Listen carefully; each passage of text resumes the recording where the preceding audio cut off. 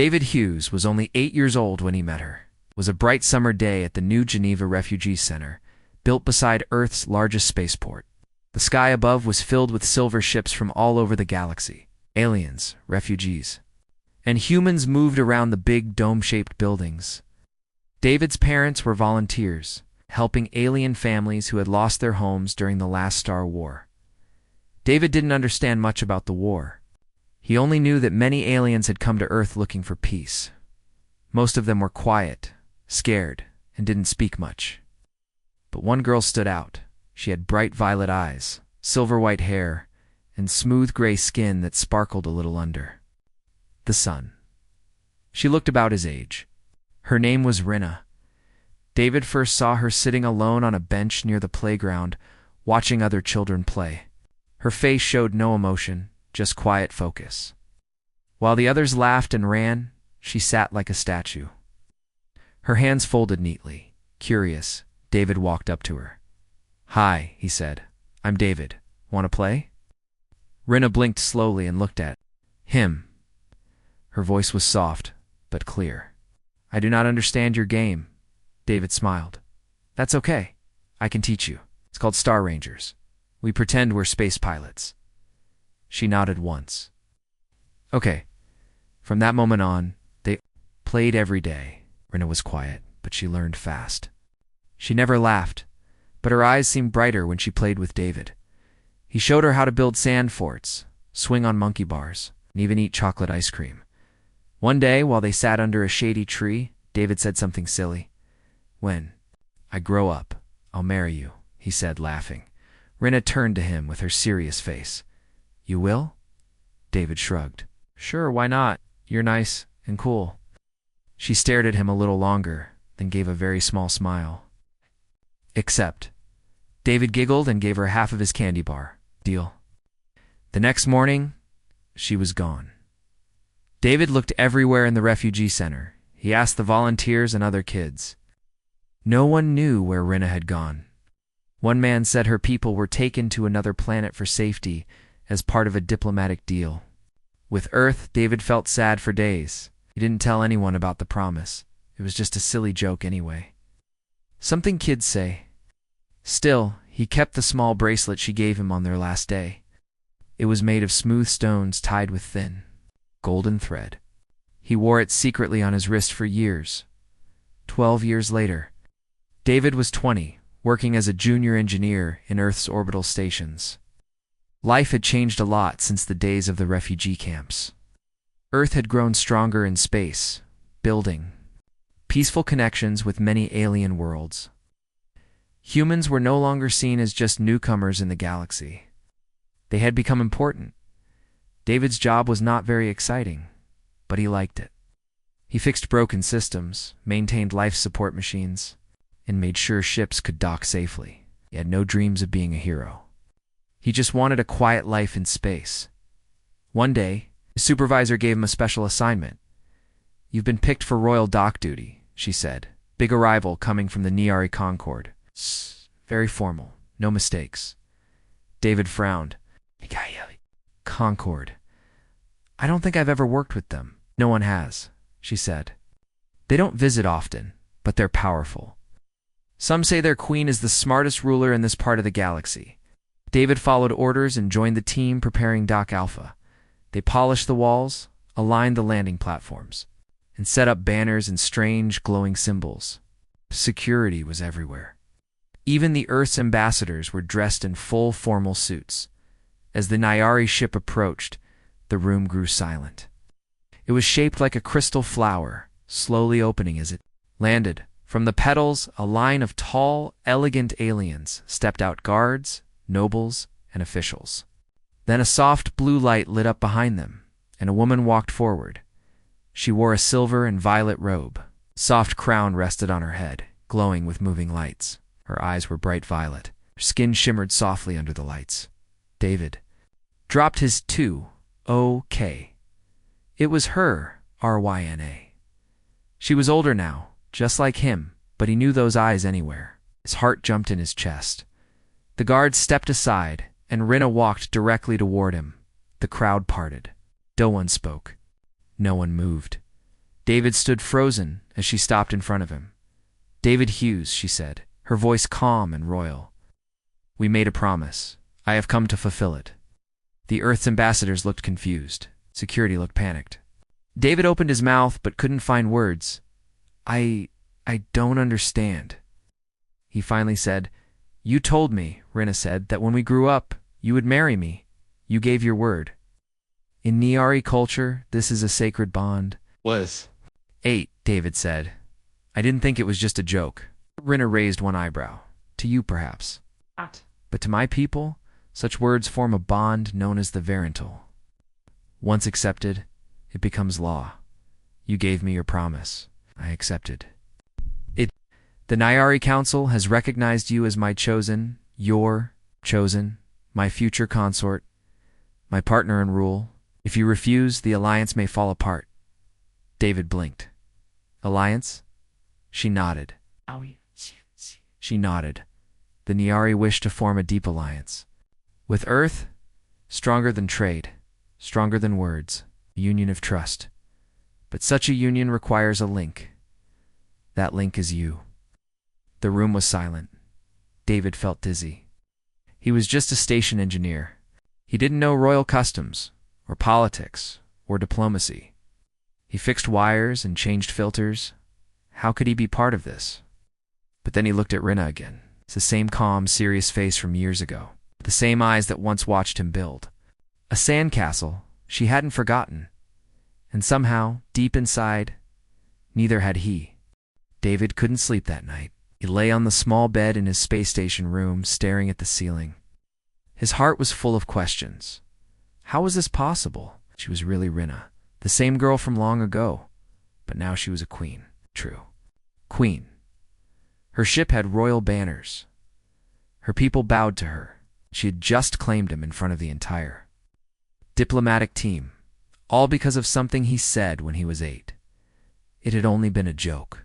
Or at least, that's what David had thought. The next morning, David was told to report to the Earthnary diplomatic chamber. He arrived early. The room was large and full of quiet tension. On one side sat Earth's representatives. On the other side sat the Nyari Council, dressed in robes that sparkled like stars. In the center, on a high seat, sat Rinna. She looked calm and strong. But when her eyes met David's, they softened just a little. Earth's ambassador, Mr. Halden, stood and spoke first. "Queen Rinna," he said, "with great respect, we wish to understand your claim on our citizen. David Hughes is a civilian. He holds no political title." Rinna nodded. "I understand. But our bond was formed before I became queen. It was made in childhood, before power or politics. To my people, this is more sacred than law." David felt. Every eye turned to him. He stood slowly. I didn't mean to trick anyone," he said. "I was just a kid. I didn't think she'd remember." "I remembered everything," Rinna said. "You were the only one who treated me kindly when I was a lost child. You've shared your games, your food, your time, and you gave your word even. If it was spoken in play, it gave me hope." The room went silent. Even the Earth officials looked unsure now. This wasn't just a political game. Rinna meant it. Mr. Halden cleared his throat. "So, if David accepts what happens, he comes with me," Rinna said. "He will be taught the ways of our people. He will live at my side. Earth will be welcomed into the highest circle of the Nyari Concord. And if he refuses..." The voice grew cold. "Then the bond is broken. Our trust in Earth ends." David swallowed hard. He had never made such an important choice in his life. He wasn't a hero or a leader. He was an engineer. But then he saw Rinna looking at him not as a queen, but as the same quiet girl from the refugee camp. She hadn't changed inside. David took a deep breath. "I'll go with her," he said. The room filled with quiet whispers. Then Rinna stood, walked forward, and took his hand. "Thank you," she whispered. "You kept your promise." The next day, David boarded the Nyari royal ship with Rinna. It rose smoothly from the Earth station, its silver wings folding around them like petals. Inside, everything was different from human ships. The halls glowed with soft colors. The walls, were alive. Shifting like waves, David was given special clothes, simple but elegant robes with thin metal lines running through them. They felt light and smooth. He was shown to a large chamber with soft lights, music in the air, and strange plants hanging from the ceiling. Rinna met him later in the garden section of the ship. She wore her crown again, but her voice was gentle. "I know this is a lot for you," she said. David nodded. "I don't know what I'm doing. You will learn. We will help you. But your heart is already strong." He looked at her. "Why me? I'm not special. You are to me." Those 4 words made David's chest feel warm. He sat beside her under a glowing tree, and for the first time in days, he smiled. They arrived at the Niari homeworld after 3 days of travel. The planet was beautiful green skies, golden oceans, and tall towers that floated in the air. Cities were built around trees and rivers. Birds of light flew in patterns above the buildings. The people welcomed Rinna with music and flowers. They cheered as her ship landed on the crystal platform.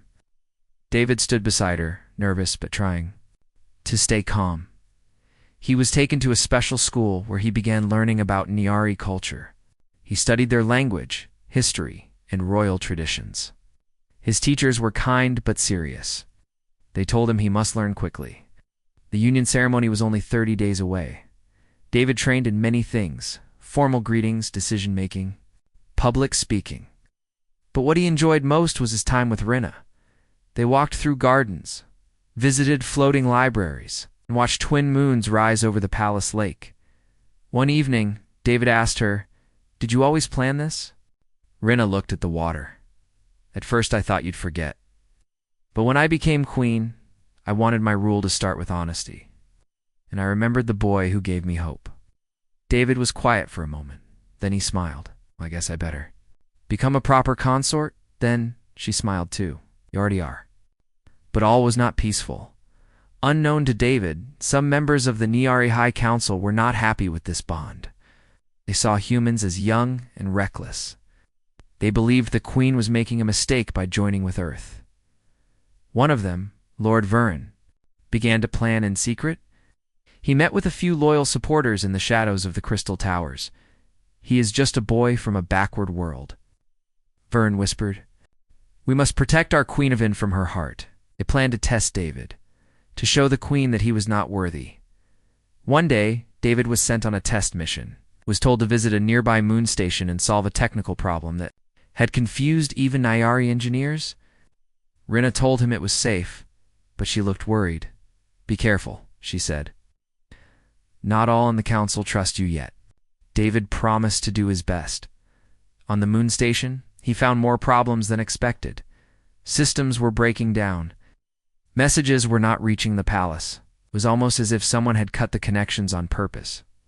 David worked hard, using both Niari tools and Earth tricks. He fixed power links, rerouted energy, and even built a custom signal booster from spare parts. When the palace finally received his message again, they were surprised. David had solved the problem using simple methods they had never tried. Rinna smiled when she read the report. "He sees things we don't," she said. David returned to the palace, tired but proud. As he stepped off the ship, he was greeted not with silence but with cheers. The same council members who doubted him were now quiet. Rinna met him in the garden that night. "You fixed what we could not," she said. "They are beginning to respect you." David laughed softly. "Maybe I do belong here after all." Rinna looked at him with warmth. "You do? And soon the galaxy will see it too." David had now been living in the Niari Palace for 3 weeks. Every day was new and strange. The buildings shimmered like glass. The walls inside the palace changed color with mood and light. Even the air felt different. It was clean and soft, with a light scent like flowers, but David was no longer surprised. He had grown used to the floating chairs, the glowing plants, and the twin moons in the sky. He was learning the Niari language faster than anyone expected. He was even getting good at their customs. Still, something felt wrong. It wasn't the food or the lessons. It wasn't the people. Most of them treated him with kindness. It was the way a few council members stared at him, especially during meetings. They never smiled. They whispered among themselves when Rinna wasn't watching. David could feel it. Not everyone wanted him here. One evening, David sat on a balcony, looking at the stars. Rinna joined him, her long robe shining in the moonlight. "You've been quiet lately," she said. "I feel like someone's watching me," David replied. "I don't think they want me around," Rinna nodded slowly. "Some in the council think I am too close to Earth. They believe humans are unpredictable." David gave a short laugh. "They're not wrong. We are unpredictable, but that is your strength," Rinna said. "You do not follow the same patterns. You see solutions we do not. That is why I chose you, not just because of a promise, but because of who you are." David looked at her. "Then we should be careful. They might try something." Rinna touched his hand. "We will face it together." 2 days later, a surprise meeting was called by the High Council. Rinna and David sat in the center of the Grand Chamber. Around them, the 12 council members stood in a half circle, wearing long robes and serious expressions. Lord Vern stepped forward. His voice was calm but firm. "Queen Rinna," he said, "we respect your choices, but we must protect our people. We ask for one final test before the bonding ceremony." Rinna frowned. "What kind of test?" "We have received word," Varen said, "that the Krell Dominion is planning an attack near the border. A small station has gone silent. We wish to send your chosen one, David Hughes, to investigate." David blinked. "Me? Alone?" "May take one escort," Varen said, "but no full guards. I want to see if you can handle danger. Not with an army, but with your own skills." Rinna stood. "This is not tradition," Vern bowed. "True. But he is not from our traditions. Let him show us his strength. If he succeeds, all doubts will end." Rinna looked at David. He gave her a small nod. "I'll go," he said, David. And one escort, a quiet Niari guard named Tolan, boarded a small scout ship. They flew toward the silent station, located near the dark edge of Niari space. The stars there were dim. The area felt cold and empty. As they approached the station, David saw something strange. The lights were out, and the docking bay was damaged. There were signs of a fight. "Power is down," Tolan said. "No response to our signal." David docked the ship manually. The airlock opened with a hiss, and they stepped into darkness. Inside, the station was cold and quiet. Broken panels lay on the floor. Screens were cracked. No one answered their calls. David turned on his wrist light and walked deeper into the hallway. Then he heard a soft sound, like a whisper. He raised his hand. Tolan moved silently beside him. In a storage room, they found survivors, 3 Niari technicians hiding behind crates. They looked scared and tired. "They came at night," one whispered. "Machines, drones." They were searching for something. "What were they after?" David asked. The technician pointed to a sealed container. "Data core. We locked it here. They couldn't break it open." David nodded. "I need to get this back to the Queen." Just then, the lights flickered. "They're back," Tolan said quickly. David grabbed the container and they all ran to the docking bay. Drones were entering from the far end, black machines with red lights and thin legs. David shouted, "Hurry!" As they reached the scout ship, the drones fired. Sparks flew. The hull was hit.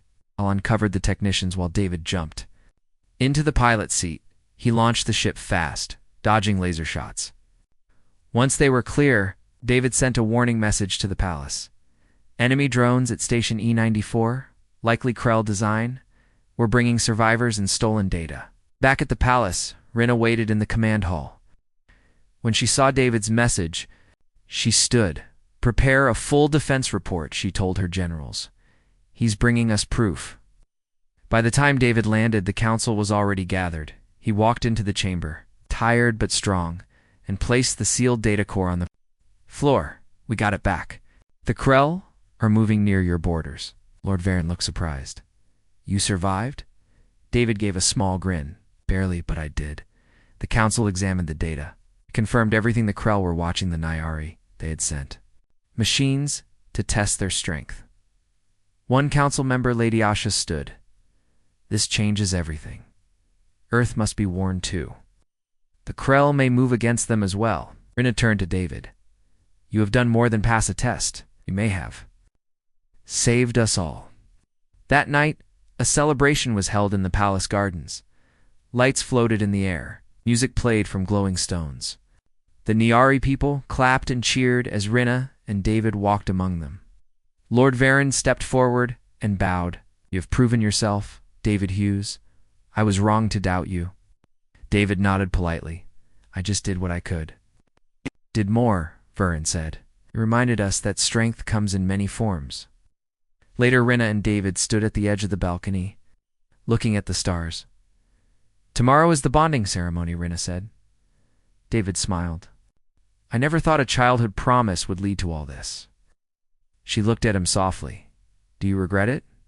He shook his head. No, I meant what I said, Evan. If I didn't know what it meant back then, I mean it even more now. Rinna reached out and held his hand. The galaxy is changing, she said, but we will face it together. David looked into her eyes. Together. The sun rose gently over the Niari capital. 2 golden rays lit the tall towers and crystal lakes. Birds with glowing wings flew above the palace as music filled the air. Today was not a normal day. Today was the bonding ceremony. David stood in his room looking into a long mirror. He wore a fine robe made of soft white and silver threads. Around his neck was a thin chain gifted by the Niari Council. On his left wrist was the old bracelet Rinna had given him when they were 8. He never stopped wearing it. He took a deep breath. He had faced drones, cold space, and council doubts, but this felt like the biggest moment of all. A knock came.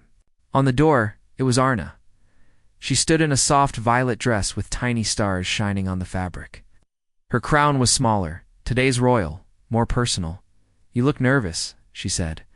Smiling, I think I'm more scared now than I was fighting. Krell drones, David said, trying to laugh. You'll be fine, she said. You've already passed every test. David looked at her. Are you sure about this? I'm just me. I don't come from royalty. I'm not trained for politics. Rinna stepped closer. You're honest, brave, loyal. You make people listen because you care. That's more important than titles.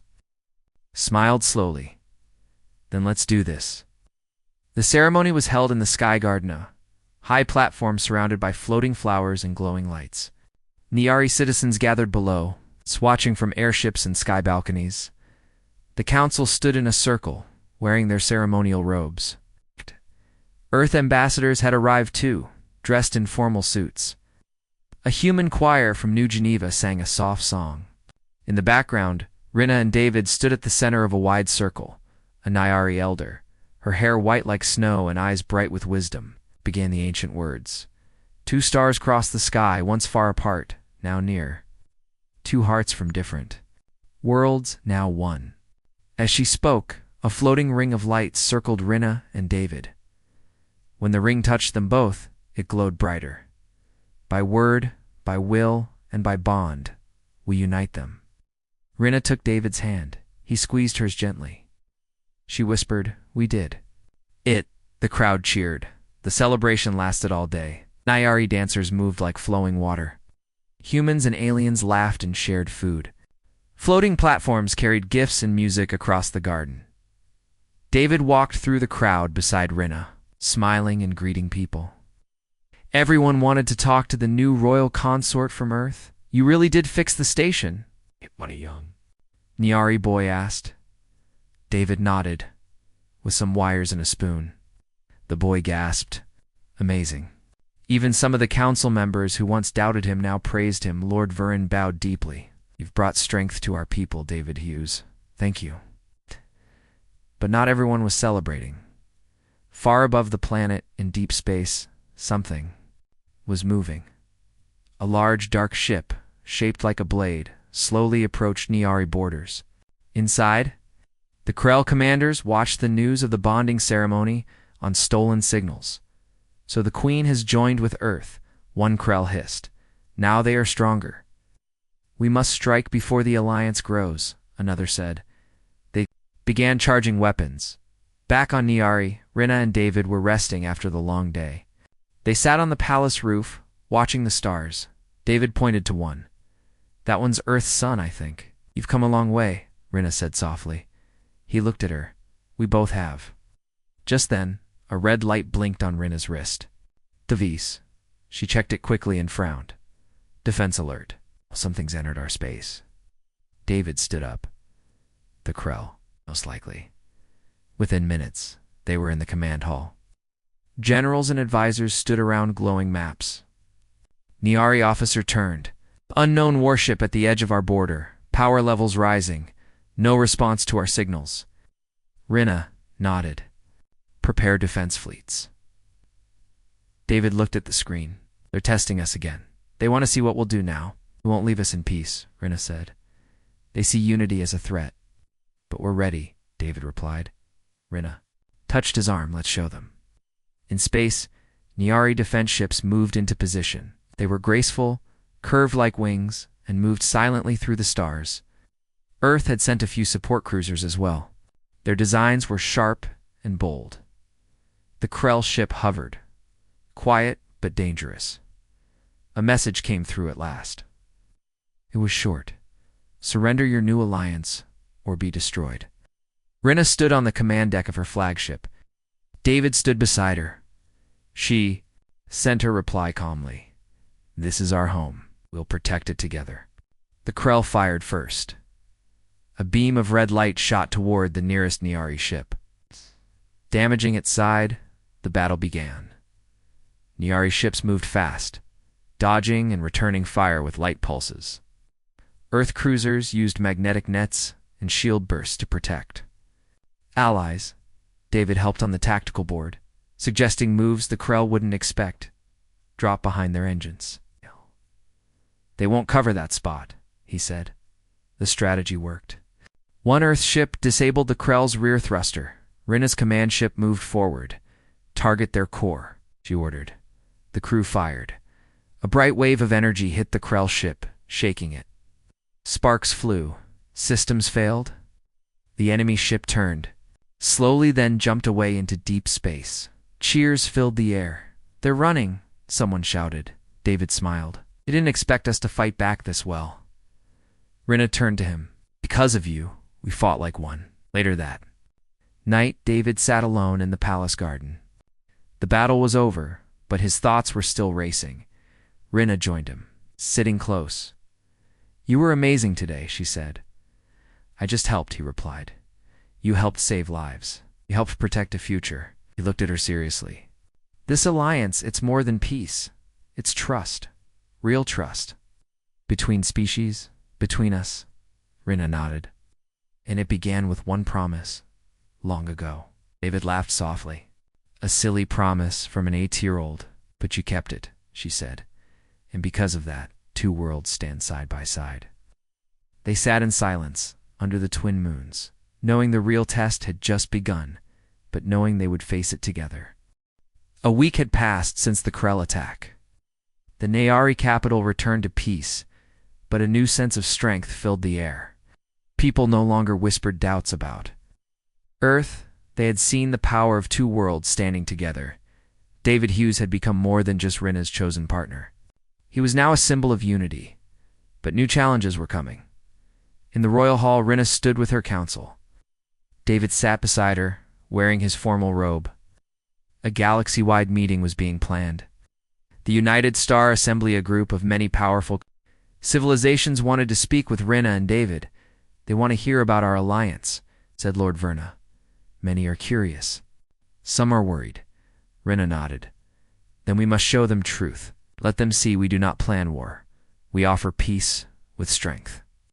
David leaned forward. And we need to make sure the Krell don't scare others into silence. And we speak clearly. Others might join us. The council agreed. Preparations began. Ships were made ready. The royal flag was placed beside Earth's flag.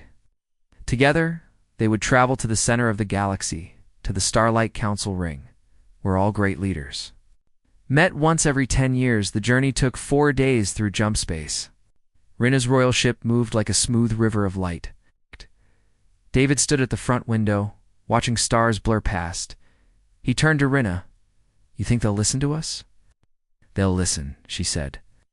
But the real question is, will they believe us? When the ship arrived at the Starlight Council ring, David saw it with wide eyes. It was massive, a ring-shaped station, floating in the middle of a calm nebula. Ships from hundreds of species surrounded it.